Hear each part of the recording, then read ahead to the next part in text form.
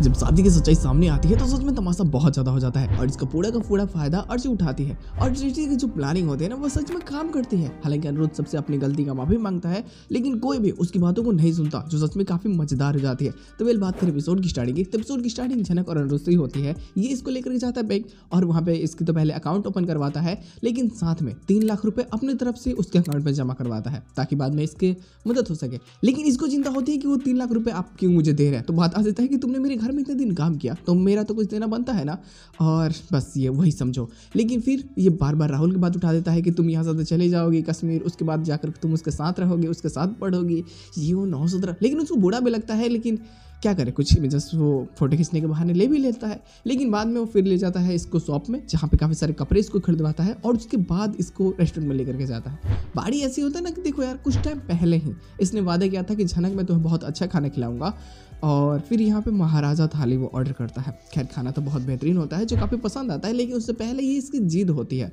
मतलब किसी बात को इस शांति से मानती नहीं है। तो मनाने के लिए भी उसे 2-4 प्लानिंग्स बनानी होती है और बस उसे डरना धमकाना कि तुम राहुल होता तो राहुल के साथ में खा ही लेती, उसके साथ में तो तुम सब कुछ शेयर कर सकती हो, तुम अपना जूस भी।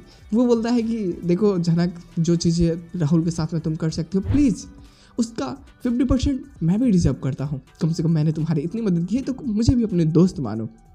वो बोलते मुझे इस बात से कोई फर्क नहीं पड़ता कि आप कितनी बार नाम ले रहे हैं। वो बोलता है ठीक है तुम नाम ले रही हो तो चल रहा है, मैं नाम ले रहा हूँ तुम गुस्सा क्यों हो रही हो।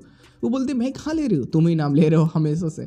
फिर जो वैलेंटाइन डे चल रहा है तो इसके कुछ इमेजेस क्लिक कर लेते हैं और ये इमेजेस जैसे जब ये लोग यहाँ से निकल जाते हैं, क्योंकि बूढ़ा भाई इसको भी लग रहा होता है कि फोटो मत खींचो, बाद में जाकर के बवाल होगी। और जिसका डर होता है वही होता है, बवाल तो हो जाती है। जब अर्शी के हाथ में लगता है वो सारी तस्वीरें तो घर आने के बाद में पता चलता है कि भाई रुक जाओ, जब तक रुक जाओ जब तक कि अनाउंसमेंट नहीं हो रही शादी की। अगर अनाउंसमेंट से पहले ये सब चीज़ें हुई तो हमारी बहुत ज़्यादा बदनामी होगी। तो बात को तो कैसे वहाँ पे दबा दिया जाता है। लेकिन जब बारी आती है अनाउंसमेंट की तो वहाँ पे तेजस भी आता है।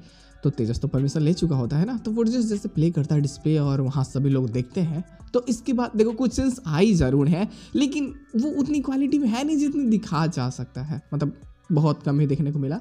खैर ये तो कल का ही प्लॉट में बहुत सारी चीज़ें एक्सप्लेन कर दी जाएंगी ये सारी चीज़ों से रिलेटेड। अब बात ऐसी है ना कि देखो जब सच्चाई सामने आ जाती है तो झनक का तो रो रो करके बुरा हाल होता है, लेकिन अनिरुद्ध इस गलती के लिए सबसे माफी मांगता है। वो सबको समझाना चाहता है कि ये एक गलती थी, एक मिसअंडरस्टैंडिंग जो गाँव वालों के कारण हुआ, आप लोग प्लीज़ इस पर गुस्सा ना करें। लेकिन फिर अर्जी बोलती है कि माँ अब चलिए, ये शादी नहीं हो सकती और शादी तोड़ देती है। बोलती है कि तुम तो झनक से प्यार करते थे ना, तुमने मुझे धोखा दिया है, मेरी भावनाओं का कत्ल किया है। ये वो 917 पता नहीं क्या का तमाशा होता है और पार्टी में बहुत ज़्यादा बासूस की बेइज्जती होती है। और इसके बाद में कहीं ना कहीं वो सभी लोग, कुछ लोग को छोड़कर के जिनको ऑलरेडी ये सारी बातें पता है, और बवाल सच में थोड़ा और ज़्यादा बढ़ जाता है जब पता चलता है कि ये सारी बातें छोटन को भी पता थी बट छोटन ने नहीं बताया।